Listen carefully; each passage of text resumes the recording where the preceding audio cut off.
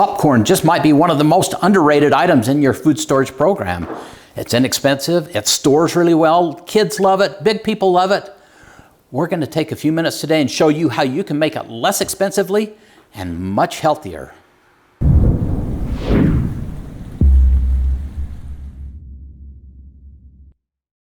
Hey Provident Preppers, I'm Kylene. And I'm Jonathan.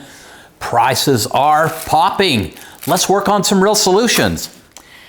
So today we're all going to talk all about popcorn. Popcorn is a favorite. It's salty, it's crunchy. There's so many amazing things about popcorn, but it's also been made really expensive. Do you ever buy it bagged like this? That costs a fortune. Or in these packages, not super healthy and much more expensive. Now, I'm not a fan of commercial microwave popcorn, and there's so many reasons for that. But one of them is that this is so much easier. So in today's video, we're going to talk not only about how to make popcorn, but how to store it. And I'll tell you that this is popcorn that we stored back in 2008. The popcorn that you see here was all made from this little bottle from 2008. Now, we did popcorn a few different ways.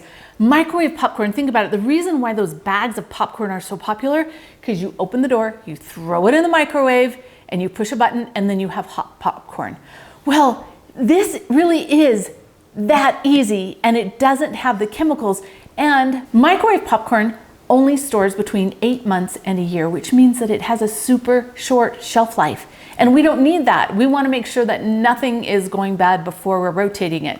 Now, this is a little silicone popcorn popper. Super easy. In order to use this, all I did was put a couple of teaspoons, and you don't even have to actually use coconut oil, but my favorite is coconut oil. One of the reasons why, pretty much it stores forever, and it's got all kinds of fun health benefits. But just 1 to 2 teaspoons of coconut oil, you put in 1/4 cup of the kernels, put this little lid on, stick it in the microwave, and you can use your microwave button, but I'm usually too lazy to do something like that. I just set it for 3 minutes and I listen to it, and once it starts having a second or two between the pops, I pull it out, and then you've got hot popcorn. So this is pink Himalayan salt, which is my favorite. You can use any salt you want, but it needs to be really fine for it to stick on the popcorn. So with this, I just put it in my little coffee grinder and I blended it, but it will get like really smoky. There's lots of dust in the air, so you're gonna wanna let it settle. But then you put a little bit of that on the popcorn, stir it up, and you've got a fantastic snack for your family. So what you're telling us is that you can do this in about the same time as one of those plastic packages. Oh, absolutely. And have better popcorn at a better price. Absolutely. This tastes so much Awesome. better. Like it tastes so much better. This also, it's full of popcorn right now, so I can't shrink it down, but this also shrinks down to this size right here, so it stores really easily. Now, if you don't want to use something like silicone, we have glass. You can actually put butter in here to let it melt on your popcorn. I don't ever do that, but same thing here, only this one will hold 1/3 cup of the kernels, and so you put the coconut oil in, the kernels, put the lid on, put it in the microwave, same thing, and then add the salt.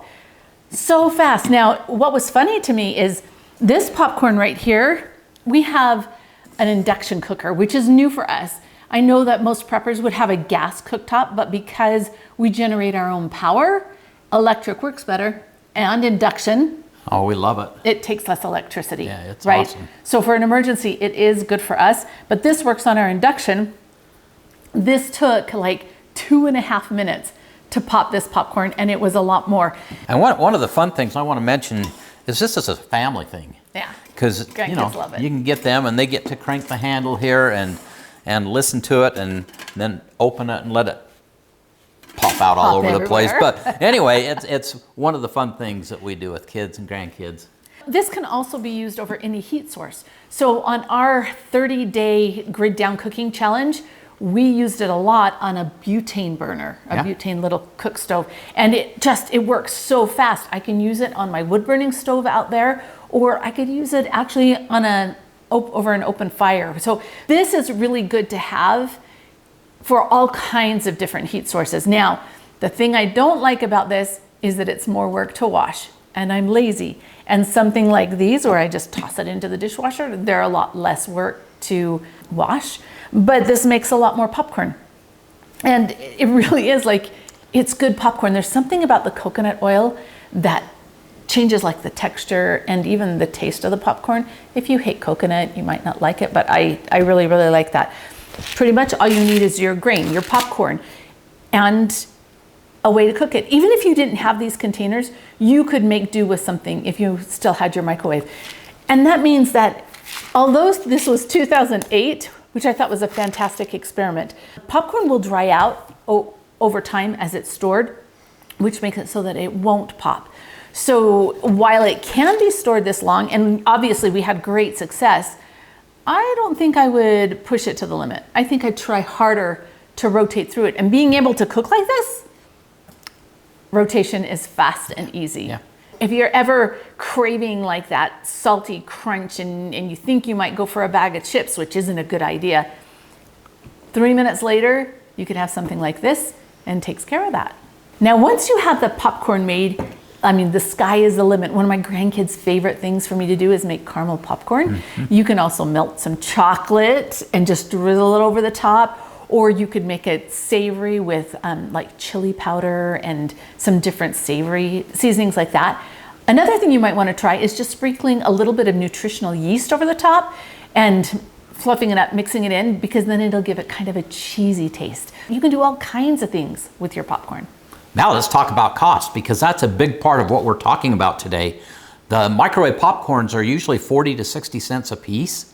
You can do this for about 10 to 15 cents a serving. Crazy, that's so cheap. I mean, that's 75% savings. So if we're looking for some ways to knock prices down, not to mention that you can have these in your storage for an extended period of time, and during a crisis, this would be just an amazing thing. I don't know if we use it so much as an emotion builder, but it is that. It's a fun thing that we can do, especially on a rainy day or whatever, or just want to watch a movie. So awesome. Now let's talk just a little bit about how to store popcorn properly and safely. A few years ago, we did a video with Joseph Bell, who's a food scientist, and one of the concerns that had been coming up over and over is it safe? Because the moisture content of popcorn is a little higher than you would like normally with an oxygen absorber.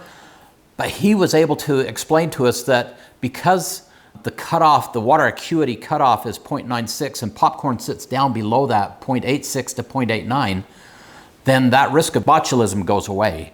And so that brought a lot of peace to a lot of people. One of the other factors that makes it so it's not really at risk is because the husk is sealed, which means that pathogens can't enter through that husk to get in there. And so that's also protective.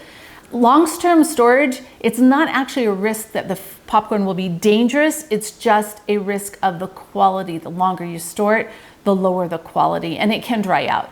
Now, let's talk a little bit about how I store it. Now, back before I met Joseph Bell, who is amazing, and seriously, you should go over, and if you have any concerns, watch that video, because he breaks it down with the mind of a scientist. And so I stored these in these plastic bottles, these peat bottles, when I was not aware that popcorn was not at risk for botulism when stored properly. So I didn't even put oxygen absorbers in these. And the popcorn, okay, do the math for me.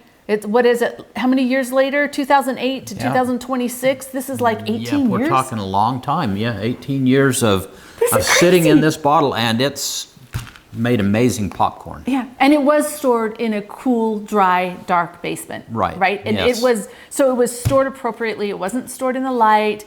And you know, we talk about the shelf life of foods, and the cooler the temperature, you can double and triple the actual shelf life.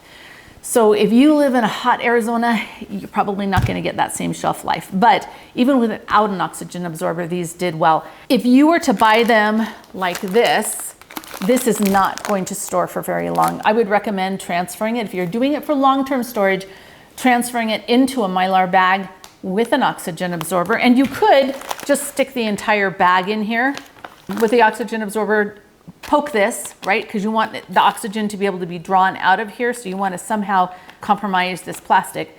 and then you would heat seal that shut. We've got some videos on that. And the same thing with this, right? It's just not gonna store as long. Now, if you buy it like this is actually packaged to store longer than this. So you could let this sit on your shelf for 4 or maybe 5 years without doing anything to it, and it would still be okay. So you don't have to package up everything. It depends on the length of the shelf life that you want.